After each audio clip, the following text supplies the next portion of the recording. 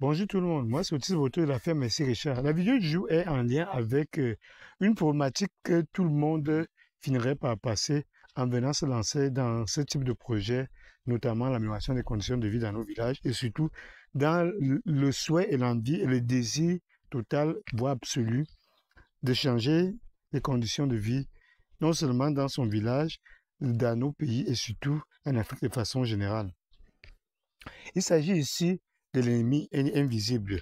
Pour ceux qui n'ont pas déjà vu la vidéo là, je vous invite à aller voir qui est l'ennemi invisible, que je vais encore parler ici. Bon, vous pouvez aller, il y a beaucoup de choses qui sont dites là-dessus pour bien comprendre la situation actuelle. Maintenant donc, l'ennemi invisible, c'est notre famille. Malheureusement, les premiers qui vont nous mettre les bâtons dans les rues, ce sont notre famille qui va le faire, parfois en usant d'autres entités du village pour ainsi vous intimider, pour ainsi vous empêcher de développer votre projet, pour conséquence donc totale, c'est l'abandon de son projet. Au village, vous allez vous rendre compte que beaucoup de gens n'ont absolument rien essayé d'entreprendre. Les gens vivent au village comme si ils étaient là le dernier jour. Parce qu'ils n'ont jamais eu, comme je crois que c'était Martin Luther qui a dit ceci, si j'apprenais que je devais mourir aujourd'hui, je serais quand même un pommier.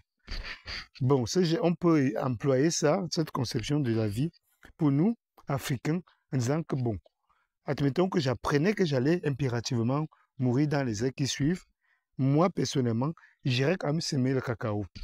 Parce que c'est ça le projet de base ici, à la ferme Messi Richard. Parce que si jamais il y a une créature, un nouveau monde qui apparaîtrait, justement, ça c'est une notion scientifique pour ceux qui ne comprennent pas. Selon la conception scientifique, qui voudrait qu'il y aurait eu le Big Bang, finalement, la création et tout ça, c'est, je laisse la théorie aux révolutionnistes et autres. Ça, on ne va pas entrer en détail. Mais bon, admettons donc que la vie apparaissait finalement, dans ce sens-là que les gens pourraient voir ce cacaoyer-là, voir ce prunier que j'aurais pu s'aimer pour la génération future. Mais il est question de comprendre quelque chose qui est parfois tragique au village, c'est que beaucoup de projets sont abandonnés par cette intimidation de nos familles. Qu'est-ce que nous avions vu à notre arrivée, justement, comme nous sommes ici, ça fait pratiquement un peu plus d'une année parce que nous sommes sur place depuis le 15 juin de l'année dernière. Mais on a traversé tellement de choses. Mais aujourd'hui, on peut faire un bilan qui est extrêmement positif, notre présence ici, notamment concernant le développement de notre projet. Mais qu'est-ce qui se passe donc avec cet ennemi invisible?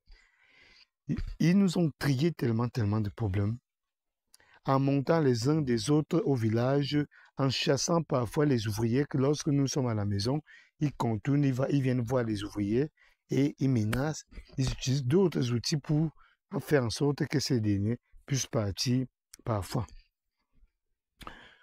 On n'a pas compris la situation. On n'a pas compris parce que c'était difficile, parce qu'on vous dit ça ici, parce que tout le monde vit ça.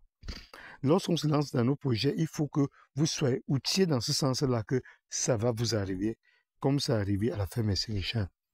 Mais nous, on n'a pas abandonné, bien sûr, parce que nous sommes déterminés, nous savons où nous partons et surtout, nous savons l'impact que cela va avoir et que ça a déjà aujourd'hui, quand nous voyons le nombre de jeunes que nous suivons ici au village et ailleurs dans d'autres villages, dans ce sens de l'amélioration des conditions de vie, ils se sont lancés en agriculture massivement et on sait que les résultats seront positifs l'année prochaine.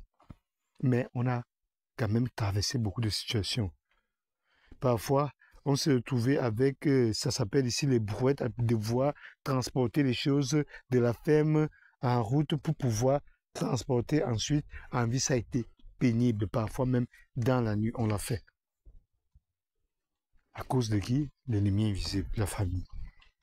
Non seulement les cousins, les cousines, les oncles du village et les oncles même directs, même père, même mère, par exemple, à votre parent, que ce soit votre père ou votre mère. Non, on ne va pas parler de ça ici en détail. Mais jusqu'à aller voir les motomanes et tout le reste là pour que les gens ne viennent pas nous transporter la marchandise du champ jusqu'en route, en sabotant comme quoi la ferme n'aurait pas les moyens de payer ces derniers. Comment transporter la marchandise d'un point X à un point Y et qu'il n'y aurait pas l'argent, tandis que on va vendre cette marchandise. Ça n'a aucun sens. Et on n'avait pas ce problème-là. Mais les gens ne sont pas venus. Je me rappelle, par exemple, nous avons perdu des centaines de régimes de plantains comme ça qui ont mûri. On a été obligé de partager à tout un chacun du village qui venait nous demander, et surtout les veuves et les orphelins qu'on pouvait, on les donnait tout cela pour pouvoir se restaurer. Mais après tout ça, qu'est-ce qui se passe? 1 an plus tard, on voit ces mêmes gens qui commencent à venir nous voir, venir demander pardon. Ah, vraiment, c'est elle qui nous a monté. Les mêmes gens, hein. Imaginez votre cousin qui vient vous dire que c'est mon père qui m'a dit ceci, c'est ma soeur qui m'a dit ceci, et qui vient pleurer chez vous. Parce que nous, on a pris une mesure, je dirais, drastique. On a décidé que toute la famille directe ne devrait plus mettre pied chez nous. On vous donne cet outil-là qui nous a aidés et qui pourra vous aider demain. Donc, même les enfants de notre famille directe, on a procédé que ces derniers ne mettent plus pied chez nous durant 1 année. À partir du moment où on a compris que c'était eux qui étaient derrière tout cela, on a décidé qu'on n'avait pas le temps d'aller porter plainte parce que c'est de bouche à oreille et tout ça, on n'avait pas le temps. Clairement, on a décidé que finalement, parce que les gens viennent chez vous pour chercher à puiser les informations. Vous savez, les gens viennent jusqu'à essayer de savoir qu'est-ce que vous préparez chez vous. Vous vous rendez compte? Quitter chez soi pour aller vérifier qu'est-ce que tel prépare chez lui. Mais c'est grave. Les gens viennent chez vous, dès qu'ils vous font des coups comme ça, là, ils viennent voir si vous êtes encore motivé pour votre projet. Vous vous rendez compte? Et le pire, c'est lorsque vous êtes au courant, parce que c'est toujours important. Il y a les gens qui disent que non, il faut dire les choses. Non. Parfois, selon notre philosophie à le faire, merci Richard, c'est mieux de connaître certaines choses. C'est bien de cerner votre ennemi sans qu'il le sache.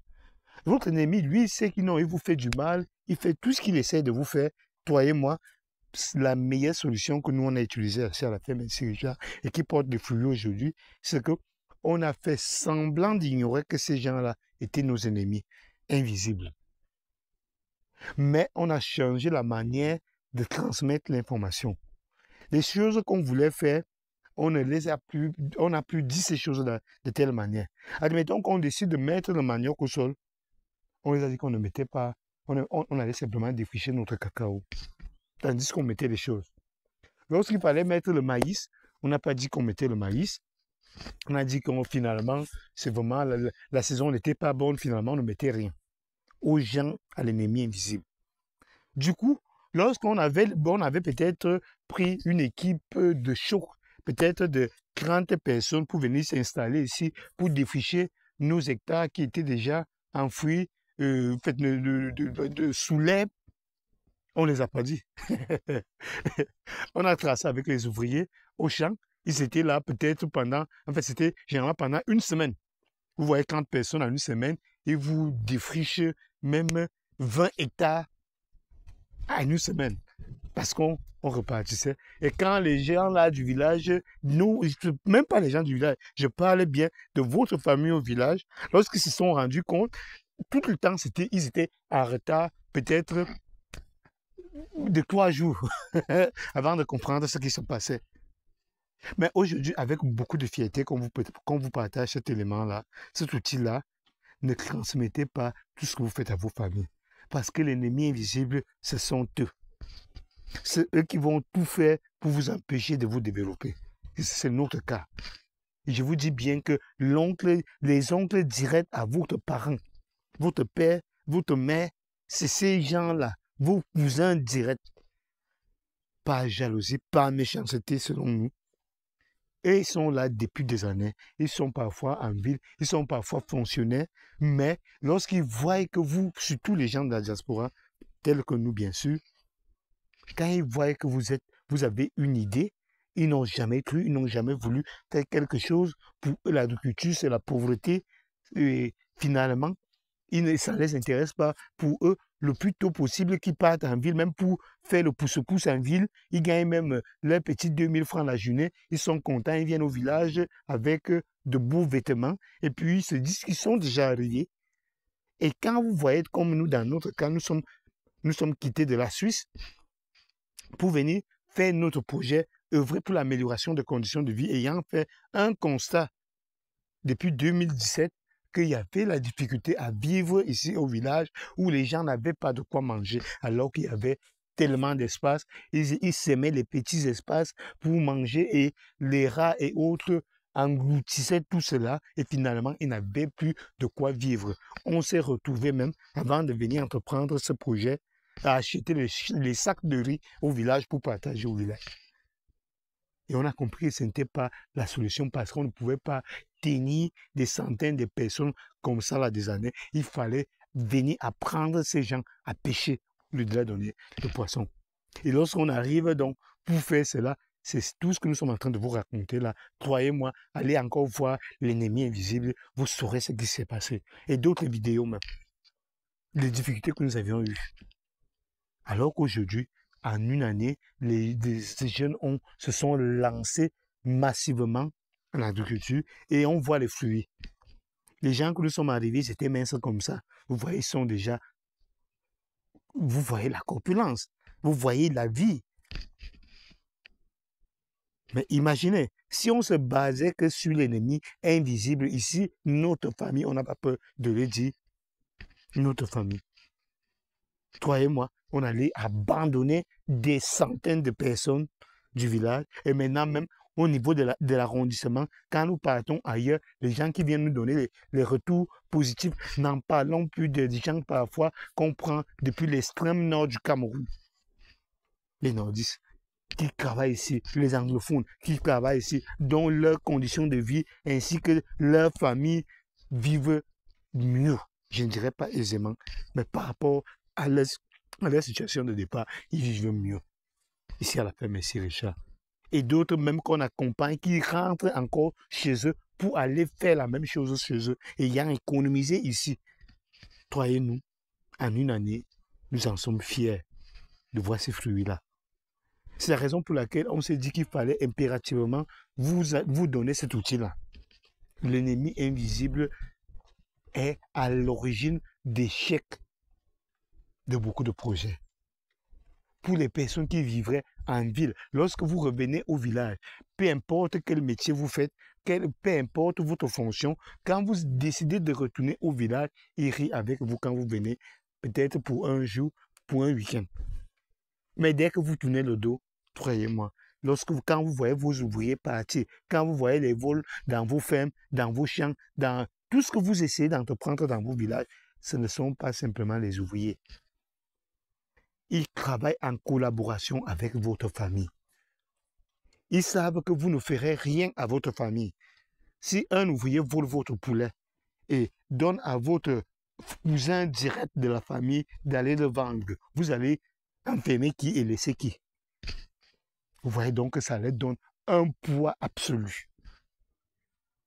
Lorsque ces derniers-là, au lieu de travailler dans votre champ, ils perçoivent votre argent, mais en catimini, il va aider votre cousin, votre cousine à faire son champ. Qui paie? Est-ce que lorsque vous allez essayer de vous dire, mais comment? Vous essayez d'enlever la personne, qu'est-ce qui va se passer? Vous avez payé pour rien. Vous ne pouvez pas porter plainte parce qu'il s'agit de votre famille. C'est la raison pour laquelle, lorsque vous partez pour ce type d'activité, nous, on ne savait pas ça au départ. Sinon, à notre arrivée, les choses seraient passées encore mieux. Ce serait passé vraiment mieux. Mais on vous partage cet outil-là. Ne faites pas l'erreur que nous avions commise au départ. Mais aujourd'hui, lorsqu'ils voient donc qu'ils ne peuvent plus quoi que ce soit, et c'est-à-dire qu'on les a dépassés en vitesse, ils commencent à revenir, nous supplier j'ai des personnes qui viennent pleurer chez nous maintenant. Ah, vraiment, on ne savait pas, on s'excuse. Les cousines qu'on a proposé même de venir superviser ce travail alors que nous, on était en Suisse. Ils ont refusé, ils nous ont traités de tous les noms en disant qu'au lieu de les amener en Suisse, on vient les demander de travailler au champ. Donc, c'est eux qui doivent rester au champ. Aujourd'hui, ils viennent nous pleurer chez nous. Quand ils voient ce qui se passe à la ferme Merci Richard. Quand ils voient les entrées de la ferme Merci Richard. Donc, croyez-moi, l'ennemi invisible est terrible. Pour toute personne qui se lance dans ce type d'activité, en y retournant, proscrivez cela. Écrivez cela aussi en drap. Je ne fais pas confiance à ma famille. Prenez cette phrase-là. Donc, je ne dis pas ma vérité à ma famille. Tout ce qui se passe, mon projet même, je ne dis pas mon projet à ma famille. Si j'ai un projet de 50 hectares, de 100 hectares, de 500 hectares, de 1000 hectares, je ne dis pas ça à ma famille. Parce que lorsque vous faites l'erreur de leur dire cela, ils sauront comment vous attaquer. Vous aurez la peine à acheter du terrain parce que dès que vous partez, ils partent en catimini, ils partent casser le marché. Soit on vous vend le terrain à des sommes, je dirais, colossales. Simplement parce que, par jalousie, pour que vous épuisez vos économies de manière à ce que vous n'ayez plus de quoi payer, parfois même que pour que vous n'ayez même plus de quoi payer vos ouvriers, payer votre carburant pour vous déplacer d'un champ à l'autre. Donc ils sont terribles, serpents à double tête, la famille. Donc, croyez-moi, l'ennemi invisible est terrible. Nous, à la ferme Merci Richard, nous avions remporté la victoire. C'est pour ça qu'on vous partage ça aujourd'hui. Nous avions fait une année, on a interdit même à leurs enfants de mettre pied chez nous. À ces gens-là, toute la famille de les mettre, personne, on a décidé que personne ne mettait pied chez nous. Ils ont dit qu'on était les méchants, on était les ceci. Finalement, on ne vit pas pour les autres, on vit pour soi-même. C'est ça, être adulte. Donc, être adulte, c'est savoir qu'on est seul, l'accepter et de le vivre.